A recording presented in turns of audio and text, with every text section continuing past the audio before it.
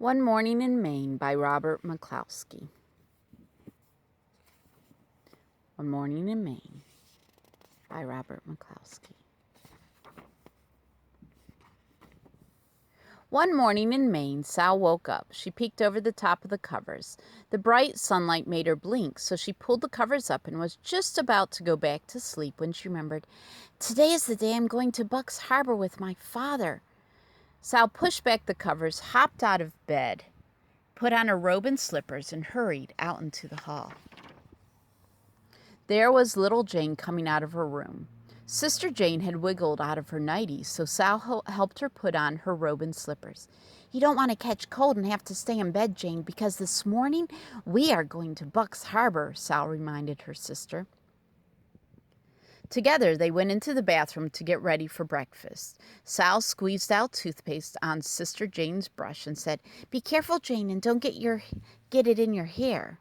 Then she squeezed some toothpaste on her own brush, and when she started to brush her teeth, something felt very strange. One of her teeth felt loose. She wiggled it with her tongue, and then she wiggled it with her finger. "Oh dear," thought Sal, "this cannot be true." Standing on the stool, she looked in the mirror and wiggled her tooth again, and sure enough, it was loose. You could even see it wiggle. "Ma!" she cried. "One of my teeth is loose. It will hurt and I'll have to stay in bed. I won't be able to eat my breakfast and go with Daddy to Buck's Harbor." And she came running down the stairs and into the kitchen. "Why, Sal," said her mother, "that's nothing to worry about. That means that today you've become a big girl. Everybody's baby teeth get loose and come out when they grow up. A nice new bigger and better tooth will grow in when this one comes out." "Did your baby teeth get loose and come out when you grew to be a big girl?" Sal asked her mother. "Yes," she answered. "And then these nice large ones grew in. When Penny grew to be a big dog, his puppy teeth dropped out too." "And will Jane's get loose too?" asked Sal. "Yes," said her mother, "but not for a long time. Not until she stops being a baby and grows up to be a big girl like you. Jane is so young that she hasn't even grown all her baby teeth yet. Now, let's all go upstairs and brush our hair and get dressed for breakfast." "It feels so different to be a big girl and have loose teeth," said Sal, "especially when you are chewing. When is it going to come out?" "Perhaps today, perhaps tomorrow," answered her mother. "But when your tooth does come out, you put it under your pillow and make a wish, and your wish is supposed to come true." "I know what I'm going to wish for," said Sal, "a nice cold chocolate." "But you mustn't tell anybody your wish or it won't come true," cautioned her mother. "It's supposed to be a secret wish. Now finish your milk, Sal. Then you can go out on the beach and help your father dig clams for lunch." "I'm a big girl and I can help him dig a lot of clams fast," said Sal, "so we can hurry up and go to Buck's Harbor." After breakfast, when Sal went out to help her father, she saw a fish hawk flying out overhead carrying a fish. "I have a loose tooth," Sal called up to the fish hawk. The fish hawk flew straight to her nest on top of the tree. Without answering, she was too busy feeding breakfast to her baby fish hawk. Sal wondered for a moment if the baby fish hawk had any teeth to chew his breakfast, and then she started on down toward the beach where her father was digging clams. When she came near the water, she saw a loon. "I have a loose tooth," Sal called to the loon, "and today I have started to be a big girl." The loon didn't say anything, but kept on swimming in circles. Then he ducked his beak in the water and snapped out a herring. Then he swallowed it whole without a single chew. "Perhaps loons don't have teeth," thought Sal, and she was just turning to go on her way when a seal poked his head out of the water. "I have a loose tooth," said Sal to the seal, and the seal, being just as curious as most seals, swam nearer to have a good look. "See," said Sal, and she walked closer right down to the slippery seaweed at the water's edge. The seal swam nearer, and Sal was stooping nearer when, oops, she slipped on the seaweed and fell kasploosh. The seal disappeared beneath the water, and the loon laughed. "Loo hoo hoo hoo." Sal wasn't hurt a bit, so she laughed too, and then she got up carefully. and started on down the shore to help her father dig clams. She paused to watch some seagulls having breakfast. They were dropping mussels down on a rock to crack the mussel shells just like nuts, and then they flew down to eat the insides. Do seagulls have teeth? Sal wondered as she wiggled her own loose one with her tongue. She thought of her secret wish and smiled, then hurried down the beach to where she could see her father.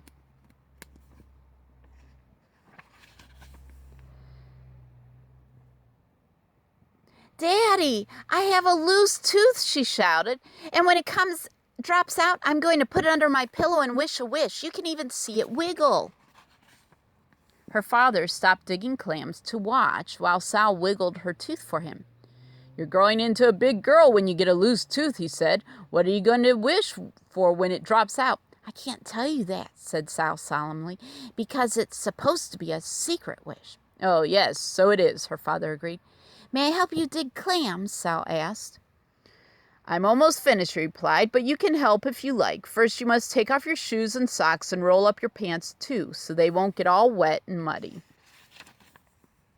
Sal took off her shoes and socks and put them on a dry rock. She rolled up her pants and waded into the muddy gravel to help her father. He dug in the mud with his clam rake, and then they looked carefully and felt around in the muddy hole for clams. I found a tiny baby one, said Sal. You certainly did, said her father, but it's too small. We just keep the large ones, like this. Let's put the baby clam back in the mud so he can grow to be a big clam someday. He's such a baby clam, and I guess he is too small, she agreed. I guess he isn't big enough to have all his baby teeth, said Sal, placing the tiny clam tenderly back in the mud. Clams don't have teeth, grunted her father, digging another rake full of mud. Not even big clams have teeth? Asked Sal. Not even big clams, her father assured her. Do baby fishhawks and big fishhawks have teeth? Asked Sal. No, said her father. Do loons have teeth? She asked. And gulls? No. Do seals have teeth? Yes, they have them, he answered. And do their teeth get loose like this? Asked Sal, opening her mouth to show her loose tooth. Oh, she said. With great surprise, she felt with her tongue, and she felt with her muddy fingers. Why, it's gone, she said sadly, feeling once more just to make sure. The loose tooth was really and truly gone.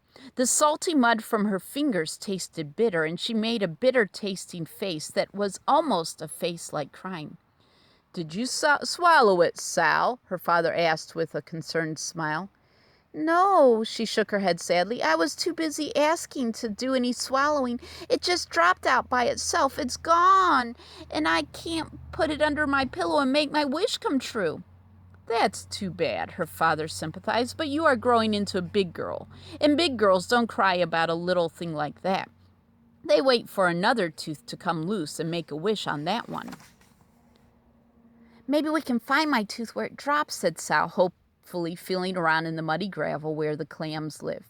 Sal's father helped her look, but a muddy tooth looks so much like a muddy pebble, and a muddy pebble looks so much like a muddy tooth that they hunted and hunted without finding it.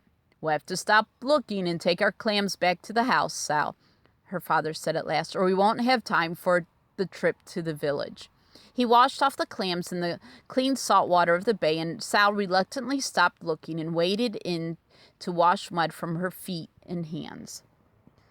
I guess some clam will find my tooth and get what I wished for, said Sal. If we come back tomorrow and find a clam eating a chocolate ice cream cone, why, we'll have to take it away from him and make him give my tooth back, too, she said. While Sal put on her socks and shoes, her father packed seaweed around the clams to keep them moist and fresh. Now let's hurry back to the house, he said, and in a few minutes we'll be on our way to Buck's Harbor in the boat to get milk and groceries. Okay, Sal answered, scrambling to her feet. She gave one last look at the muddy place where she'd lost her tooth and then started walking back along the shore with her father. She walked along slowly, looking at her feet so that her father could not see her face in case it looked almost like crying. Oh, look what I found, she exclaimed, stooping to pick up a feather. It's a gull's feather, said her father, pausing while she picked it up. Did a gull lose it? Will another feather grow in where this one dropped out? Asked Sal. Yes, Sal, that's right, answered her father. Maybe seagulls put dropped-out feathers under their pillows and wish secret wishes, Sal suggested. Seagulls don't use pillows, but I suppose they can make wishes, her father said. Then I'll make my wish on this feather, Sal decided. Perhaps the seagull has already made a wish on that feather and the wish is used up, suggested her father. Oh, no, Sal said definitely. He didn't. You see, I guess he was too busy flying and not looking back. He didn't notice it was loose when he brushed his feathers this morning, so he didn't expect it would drop out. He doesn't even know it's gone, she convinced herself. She closed her eyes tight and wished her secret wish. When they reached home, Sal's mother and Sister Jane were waiting with a box of empty milk bottles to return to the store and a list of things to buy. I'll have a nice clam chowder ready for your lunch when you get back, said Sal's mother, waving goodbye. I'll take good care of Jane, Sal promised. I'm a big girl and I can watch so she doesn't tumble into the water. Sal and Jane and her father went down to the shore and got aboard their boat. Sal and Jane put on their life preservers while their father prepared to start the outboard motor. He pulled and pulled on the rope to start it, but the outboard motor just coughed and sputtered and wouldn't start.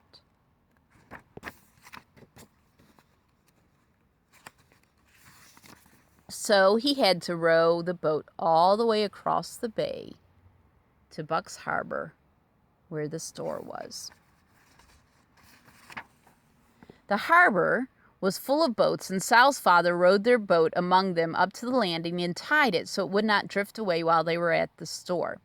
They all climbed ashore, and Sal's father brought along the milk bottles, and he brought the outboard motor too, so Mr. Condon, who ran the garage, could fix it. As they came up the path to the village, Mr. Condon was outside his garage putting gas into a car. I have a tooth out, Sal greeted, and our outboard motor won't run. My, such trouble, Mr. Condon commented, and after he had admired the empty place where Sal's tooth was missing, they took the outboard motor into the garage to find out why it wouldn't run. Mr. Condon pinched a little with his pliers, tunked a little with his hammer, and then after selecting a large wrench, he took out the spark plug. Came right out, just like that tooth of yours, didn't it, Sal? He said, holding up the light. Humph, he grunted, tossing it on the floor. Needs a new plug. Sal was just about to ask how long it would take for a new spark plug to grow in when Mr. Condon reached up on the shelf and picked out a brand new one and put it in the motor. Sal picked up the old spark plug and handed it to Sister Jane. Jane was so little she didn't understand about secret wishes. She was so little that she couldn't even say ice cream cone. So Sal wished the secret wish for Jane on the spark plug. Mr. Condon pulled the rope and the motor started up just as good as new, and Sal's father thanked him and picked up the motor and the milk bottles. And Jane carried her spark plug. Sal carried her feather, and they said goodbye and walked across the street to where Mr. Condon's brother kept store. Well, look who's here, said Mr. Condon, who kept the store. I have a tooth out, Sal shouted, returning Mr. Condon's greeting. She showed the empty place where her tooth had been, first to Mr. Condon and then to Mr. Ferd Clifford and Mr. Oscar Staples, who were sitting in the store talking about trapping lobsters and how the fish were biting. Don't put your tongue in the empty place, Mr. Clifford advised, and a shiny gold one like mine will grow in. Oh, I didn't know that soon enough, said Sal, looking confused. Ha, said Mr. Condon, chuckling. Don't you worry about everything these jokers suggest. I don't suppose, he added, opening up his freezer, that you could eat an ice cream cone with one of your teeth out. Oh, yes, I could, said Sal, and it's supposed to be chocolate. And this little lady, he questioned, turning to Jane. Hers is supposed to be vanilla so the drips don't spot, and you'd better push it tight together so it won't drop off, Sal dictated, because she's still almost a baby and doesn't even have all her first teeth. After Mr. Condom put the groceries and milk in the box, they thanked him once more and waved goodbye. They walked down the path to the harbor and down the runway to the float where their boat was tied. They all climbed aboard, carrying the outboard motor, the box of milk and groceries, the feather, the spark plug, and the ice cream cones. While their father fastened the outboard motor to the boat, Jane and Sal finished their ice cream cones. "I want some more," Jane demanded. "Silly," exclaimed Sal. "Our wishes are all used up." And then she remembered that she was growing up, and just like a grown-up, she added, "Besides, Jane, 2 ice cream cones would ruin your appetite. When we get home, we're going to have clam chowder for lunch." So that's Sal. That's the same Sal that was in Blueberries for Sal. So what are you going to have for lunch?